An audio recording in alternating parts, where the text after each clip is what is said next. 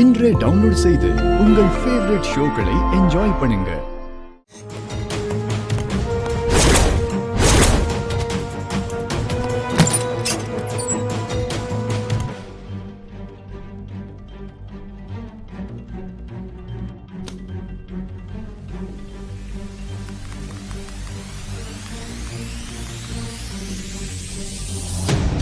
எல்லாரும் ஹாஸ்பிட்டலில் இருக்கும்போது இவன் மட்டும் வீட்டுக்கு வந்து என்ன பண்ணுறான்? அதுவும் பரபரப்பாக இருக்கிறான். என்ன பண்ணுறான்னு பார்க்கலாம்.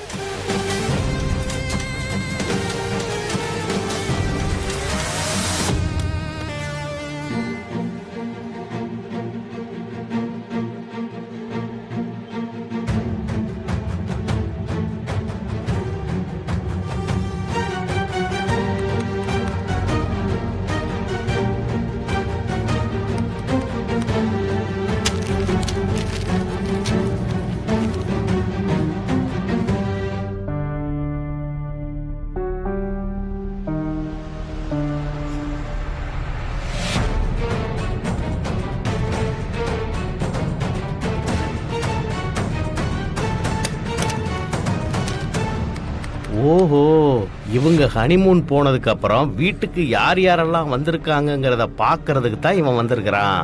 இந்த பையனுக்கு பெரியப்பாவுக்கு திடீர்னு ஏன் இப்படி ஆச்சுங்கிற விஷயத்துல ஏதோ ஒன்று தெரிஞ்சிருக்குது.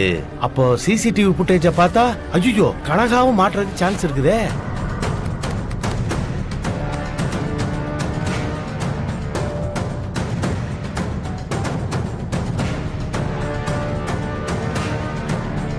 பால்கார ரெகுலரா வந்துட்டு போயிருக்கான்.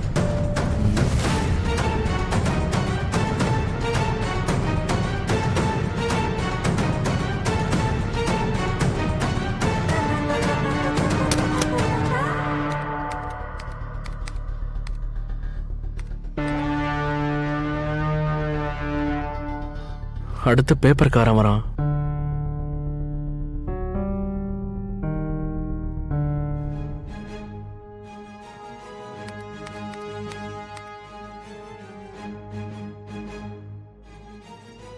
பூக்காரி கனகா.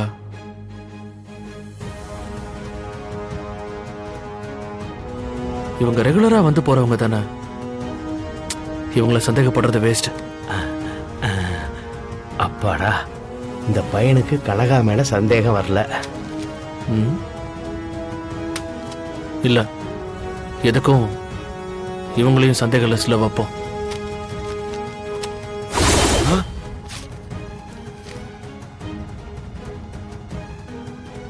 கண்டிப்பா இதுல யாரோ ஒருத்தர் தான் பெரியப்பா இந்த நிலைமையில இருக்கிறதுக்கு காரணமா இருக்கணும். அது யாருன்னு கண்டுபிடிக்கிறேன்.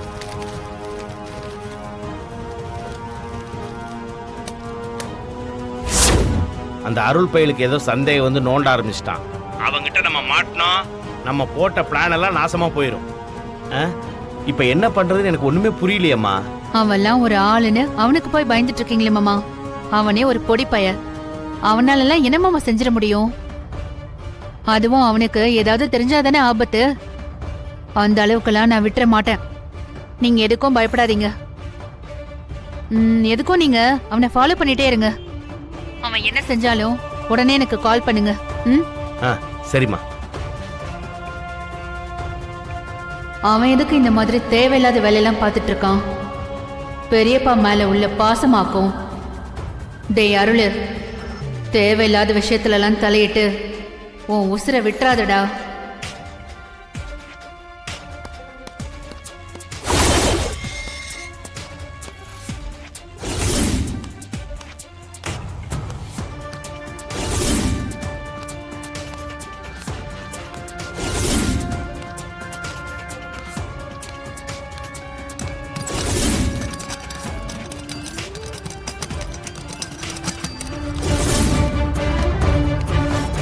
ரத்தம் முடிய போகுது டாக்டர், என்ன பண்றது? நான் திரும்ப ட்ரை பண்றேன் டாக்டர். ஓகே, சீக்கிரம் ட்ரை பண்ணுங்க.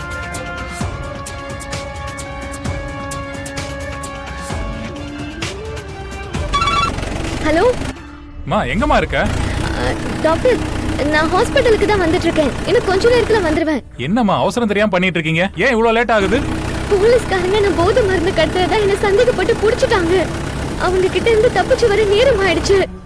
நந்தினி உங்க மாமாவுக்காக கொடுத்த ரத்தம் முடிய போகுது. இன்னும் 5 நிமிஷத்துல நீங்க வரலனா உங்க மாமாவோட உயிரை எங்களால காப்பாத்த முடியாது. ஐயோ அப்படி எல்லாம் சொல்லாதீங்க டாக்டர். நான் சீக்கிரமா வந்துடுறேன். சரிம்மா, கொஞ்சம் சீக்கிரம் வாங்க.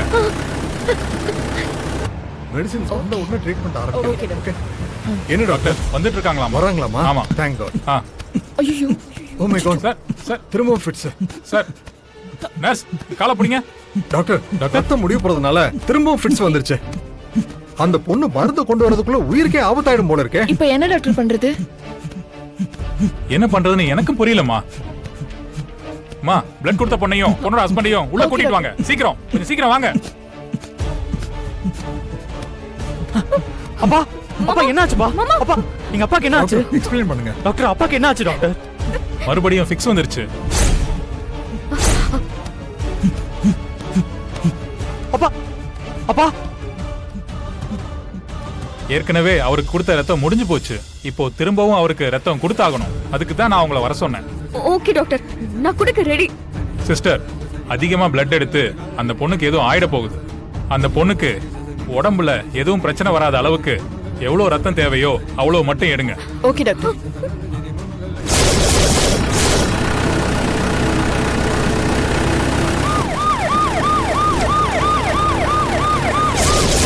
உங்க அப்பா உயிரை காப்பாத்த போற மருந்த ஏர்போர்ட்ல இருந்து வாங்க வானதி போயிருக்காங்க. அத சொன்னா நீங்க பயப்படுவீங்கன்னு நாங்க சொல்லல. அந்த மருந்தை வாங்கிட்டு வர வழியில போலீஸ்காரங்க சந்தேகப்பட்டு விசாரிச்சாங்களாம். அங்க ஏதோ ப்ராப்ளம் போல இருக்கு. ஐயோ என்னாச்சு டாக்டர்? அதனாலதான் மருந்து வர்றதுக்கு டிலே ஆகுதுன்னு நினைக்கிறேன். ஆனா இப்போ பக்கத்துல வந்துட்டேன்னு சொல்றாங்க. உங்க ஒய்ஃப் கொடுக்கிற ரத்தத்தை வச்சு இன்னும் ஒரு 5 இல்ல 10 நிமிஷம் வரை தாக்கு பிடிக்கலாம்.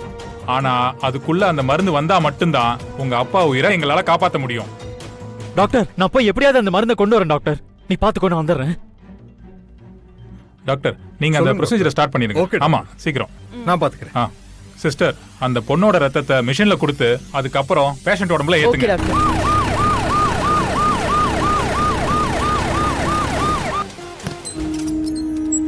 கரிகாலா, ஏதாவது பிரச்சனையா? உங்க அப்பா எப்படி இருக்கான்? பிரச்சனையெல்லாம் ஒண்ணும் இல்ல பாட்டி. அப்பா நல்லா தான் இருக்காரு. கடவுளே,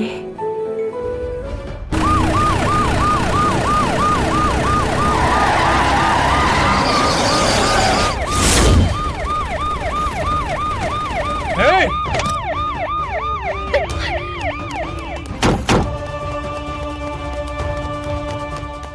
பொதுவா ஒரு பேஷண்ட்டை காப்பாத்துறதுக்கு அதிக ரத்தம் தேவைப்படும்.